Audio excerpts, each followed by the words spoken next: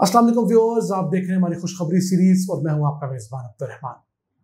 आज हम आपको लेकर चलेंगे गवादर, जहां गुज़िश्ता रोज प्राइम मिनिस्टर ने बहुत सारे मंसूबों का इफ्तिताह किया, जिसमें से अहम मंसूबे हम डिस्कस करेंगे। सबसे बड़ा मंसूबा जिसका इफ्तिताह किया गया वो है ग्वादर फ्री जोन फेज 2 का। याद रहे, इससे पहले फेज 1 है जो मुकम्मल हो चुका है, जो 65 एकड़ के ऊपर मुहित है। उसके अंदर 46 कंपनियां काम कर रही हैं, बैंक्स हैं, इंश्योरेंस कंपनियां हैं, वेयर हाउसेज हैं, मुख्तलिफ फैक्ट्रियां हैं। और उन कंपनियों ने फेज 1 के अंदर 75 अरब रुपए से जायद की सरमायाकारी कर रखी है और 12,000 से ज्यादा नौकरियां वहां पैदा हो चुकी हैं। अब जो फेज 2 का संगे बुनियाद रखा है प्राइम मिनिस्टर ने, जिसके बाद वहां पर सीवरेज लाइन बिछेगी, सड़कें बनेगी, बिजली की ट्रांसमिशन लाइन बिछेगी। तो इस फेज 2 का टोटल एरिया है वो 2280 एकड़ है, यानी कि फेज 1 से ये 35 गुना बड़ा इलाका है। तो अगर ये 35 गुना बड़ा है तो उस हिसाब से हम लगाएं तो यहाँ पर जो इन्वेस्टमेंट होने जा रही है वो भी ऑब्वियसली 35 गुना बड़ी होगी। वहां 75 अरब रुपए की इन्वेस्टमेंट हुई है, तो यहाँ हजारों अरब रुपए की इन्वेस्टमेंट इंशाल्लाह अगले 10 सालों में एक्सपेक्ट की जा सकती है। वैसे इब्तदाई तौर पर 6 कंपनियां जो हैं अपनी फैक्ट्रियां लगा रही हैं फेज 2 के अंदर। उनका भी कल संगे बुनियाद रखा गया है और ये फैक्ट्रियां जो हैं ये 1 अरब 60 करोड़ डॉलर्स की इन्वेस्टमेंट करेंगी। अब उसी को अगर हम कैलकुलेट करें तो ये 200 अरब रुपए से जायद की रकम बनती है। अगर फैक्ट्री प्लस डालें तो सबसे मेरे नज़दीक जो है यहाँ पर एक फर्टिलाइजर प्लांट लगेगा जो मुख्तलिफ किस्म की खादें बनाएगा। यहाँ पर उसकी फैक्ट्री का आगाज यानी कि संगे बुनियाद का रख दिया गया है।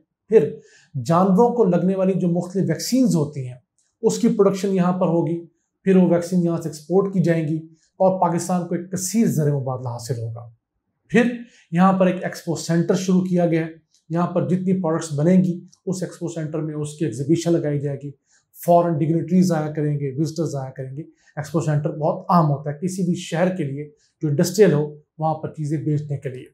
फिर यहाँ पर गाड़ियों में, तमाम बसेस में डलने वाला जो लुब्रिकेटर ऑयल होता है, गियर ऑयल हो गया, इंजन ऑयल हो गया, ब्रेक ऑयल, वो बनाने की एक फैक्ट्री भी लगाई जाएगी। उसका संगे बुनियाद भी रख दिया गया है।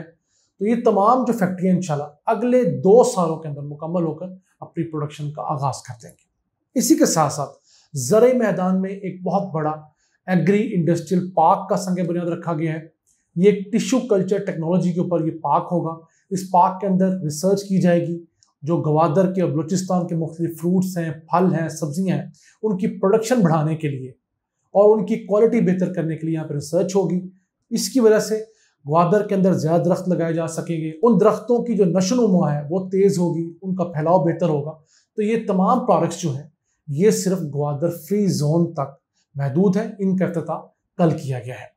इसके अलावा अब हम चलते हैं कि ग्वादर पोर्ट के क्या हालात हैं। उसके बड़े अच्छे फिगर्स आए हैं। ग्वादर पोर्ट ने गुज़िश्ता मालियाती साल यानी सन 2020-21 में 46 गुना ज्यादा कार्गो हैंडल किया है। इसका मतलब है ग्वादर पोर्ट बहुत तेजी से तरक्की कर रही है। वो किस तरह, जो सन 2019-20 था उसके अंदर ग्वादर पोर्ट ने 1300 टन कार्गो हैंडल किया था सिर्फ, जबकि गुज़िश्ता साल इसमें 46% इजाफा हुआ और ये 60,000 टन कार्गो यहाँ पर हैंडल किया गया है। मुख्तलिफ किस्म का फर्टिलाइजर आए हैं, चीनी आई है, यहाँ पर गंदम आई है। इसके अलावा अफगानिस्तान ने बाकायदा तौर पर ग्वादर के जरिए अपनी एक्सपोर्ट्स और इंपोर्ट्स शुरू की हैं, यानी ट्रांजिट ट्रेड का आगाज हुआ है। तो वो पाकिस्तान के लिए बड़ा एक अहम संग मील है। 5 LPG के जो बड़े कार्गोज होते हैं, शिप्स, वो भी यहाँ पर लंगर अंदाज हुए और वहाँ से पूरे मुल्क में LPG सप्लाई की गई।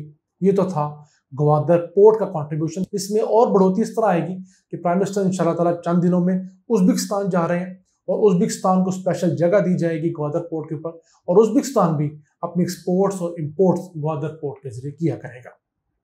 इसके अलावा ग्वादर के अंदर 2 अहम मसले, एक पीने का साफ पानी और बिजली, इन दोनों को हल करने के लिए बड़े अहम इकदाम उठाए गए हैं। एक अहम MOU पे साइन हुए हैं।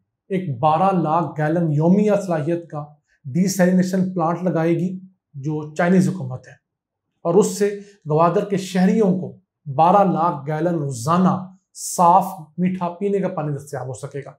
ये समंदर के पानी को, खारे पानी को मीठा बनाएंगे। उसके अलावा ग्वादर के लिए 180 किलोमीटर की पाइप लाइन्स बिछ रही हैं इस वक्त, जो कि 3 डैम्स ग्वादर के इर्द गिर्द बनाए गए हैं। वहां से मीठा पानी ग्वादर शहर को मुहैया किया करेंगे।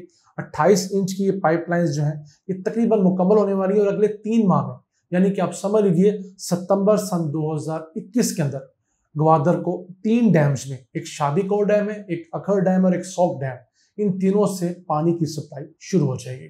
उसके अलावा वफाकी हुकूमत ने एक और डिसैलिनेशन प्लांट की मंजूरी दी है जो कि समंदर के खारे पानी को मीठा करेगा और वो बहुत बड़ा प्लांट है। 7 अरब रुपए का प्रोजेक्ट है।